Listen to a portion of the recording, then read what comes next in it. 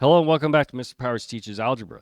We are done messing around with logs and exponents, the expressions anyway. Now we're going to solve exponential equations. We're going from expressions to equations. All right? And these are not bad at all, I feel like. The way I like to attack these, I'll show you a couple methods because there is a couple ways to think about them, but I really love sticking with the idea of using inverse operations. And I really want to, I just stick to that. I like that more. So I'm going to show you guys a couple methods. And because, how do you undo addition, subtraction, right? You add the opposite. You undo, right? So what's the undoing of an exponent It's a log. A log undoes an exponent, and vice versa. And I like to focus on that. So we have our properties of logs. Really quick, review that, you guys. Log base b of b to the x is x, or log base b of b to the f of x is f of x. That log base b, right, you pick the same base, undoes the exponent, and that brings the x back out, right? That's how we can get the x out of the exponent. That's one way to do it. We have this property already, right? It's a great property. Why not use it? And the thing we have to use this property would be, I think, to know that the log is a function. And it is a function, so we can definitely do this. So whatever we do to one side, we do to the other. There's only one possible outcome. If we start with something equal and you take the log of both same things, you're going to get the same thing. It's a function. So this is something we can use to solve equations. This is another way we can get around it, and I think it'll be interesting. So what I'll do is I'll do an example where I use this method as well, and we'll compare the solutions. And I think that'll be very eye-opening. So 1 second, and I'll pop in a problem, and we'll do it.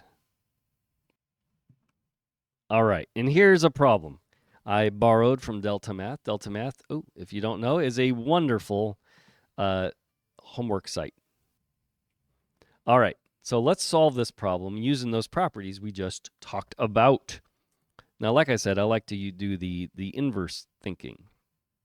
All right, there's my x. It's in the exponent. I don't want it there, right? What do I really have? I'll rewrite it. It's 99 times 10 to the x equals 71. So I want to solve this. And so the way we'd normally solve this is we're trying to get x by itself, right? The same way we always try to solve an equation. Get x by itself on one side of the equals. So it's on my left side. This 99 is multiplying this 10 to the x. So let's go ahead and divide by 99 to undo that times 99. So we undo it. 99 divided by 99 is 1. I'm left with 10 to the x equals 71. Well, okay. So now I got that property that I really prefer to use, this one, number 3, that log base b of b to the x is x. So in other words, I can just take log base 10 of both sides, and I should get my x by itself. So log base 10 of this should equal log base 10 of this, 71. Okay. And what do I get? I get x equals log base 10 of 71. That's the method I prefer. Now, let's go ahead and look at another method using this.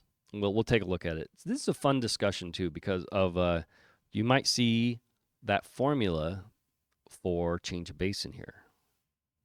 You're going to see it. It's kind of neat how we see it in here. In fact, this might be a good way to show the change of base formula. Yeah. Anyway, it is actually a fun way. I'll bet there's another way because I did show how to prove it, and this might be a more fun way to generalize the change of base formula. when I think about it.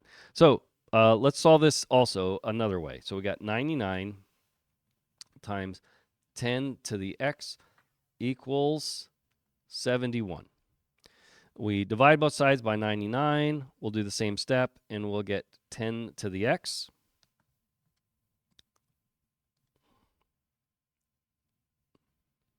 equals, oops, oh, shoot, I made a mistake here. It's not 71. Hold on.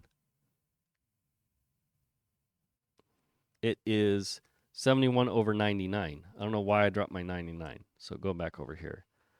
71 over 99, which would turn this into log base 10 of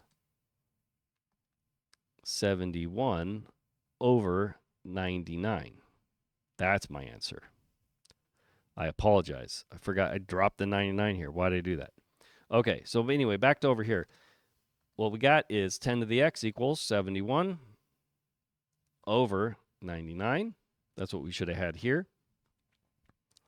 And now what I can do is take the log of both sides. It doesn't matter what base. I'll take the natural log of both sides. All right? Why not? So I'll take natural log of this equals natural log of this. Okay? And we're going to get what happens here is I can bring the x out front. We can use that property 7 that I gave. We can bring that x out front. And now we got x times natural log of 10 equals natural log of 71 over 99. Okay.